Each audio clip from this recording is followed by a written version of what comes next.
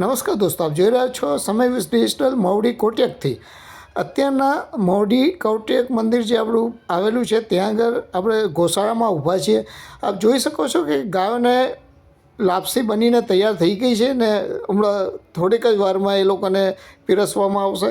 આપ જુઓ છો કે લોકો દાન આપે છે કે દાનનો સદુપયોગ થતો હોય છે। એવું નહીં કે તમે ત્યાં આગળ નથી જતા ને ત્યાં થાય છે કે નથી થતું, એવું કંઈ વિચારવાનું નથી। આપ ત્યાં આગળ પોતે પણ ગાયોને જ્યારે બી જાઓ ત્યારે પોતાના હાથે જે બી ઘાસ તો તૈયાર જ હોય છે પણ લાપસી બી બનતી હોય છે, તે વાર તહેવારે જે લાપસી બને તો લાપસી પણ તમે ગાયોને ખવડાવી શકો છો।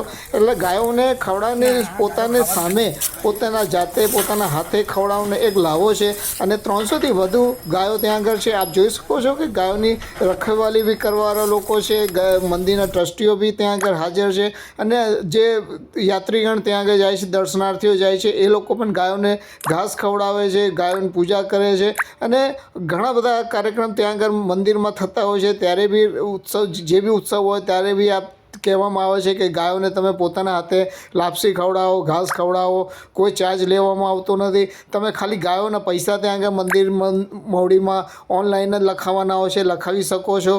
એટલા માટે કે જે તમે પૈસો મવડી મંદિર કોટક મંદિરમાં આપો છો એનો ઉપયોગ સદુપયોગ રીતે થઈ રહ્યો છે। ગાયોની ઘાસ સેવા માટે જે આપો છો કે ગાયો માટે જે આપો છો એ માટે સંપૂર્ણ ઉપયોગ વ્યવસ્થિત થઈ રહ્યો છે અને આપ જોઈ શકો છો કે જ્યારે બી કોઈ બી વસ્તુ થતી હોય એનું દેખરેખ રાખવાવાળું વ્યક્તિ વ્યવસ્થિત હોય તો કામ વ્યવસ્થિત સુચારુ થાય છે। એ આપણે ગમે ત્યાં બેઠા હોઈએ ત્યાં બેઠા બેઠા આપ જોઈ શકીએ છીએ। આપ જોઈ શકો છો કે ઉત્તરાયણનો પવિત્ર તહેવારના દિવસે લોકો ગાયોને ઘાસ ખવડાવવા માટે આવતા હોય છે। આપ જુઓ છો લોકો ગાયોને ઘાસ ખવડાવે છે, શીરો ખવડાવે છે, લાપસી ખવડાવે છે અને મંદિરના ટ્રસ્ટી શ્રી વિજયભાઈ ઠેકડી સાહેબ પણ ત્યાં આગળ ઉપસ્થિત છે। એ બી પોતાના હાથે ગાયોને ઘાસ ખવડાવી રહ્યા છે, પૂજા કરી રહ્યા છે। એટલે એક ફેમિલી માહોલ ત્યાં આગળ જોવા મળે છે કે ત્યાં આગળ ટ્રસ્ટી પણ હાજર હોય છે। તમે ત્યાં જાઓ તો એ લોકો ત્યાં આગળ તમને પૂરી જાણકારી આપે છે અને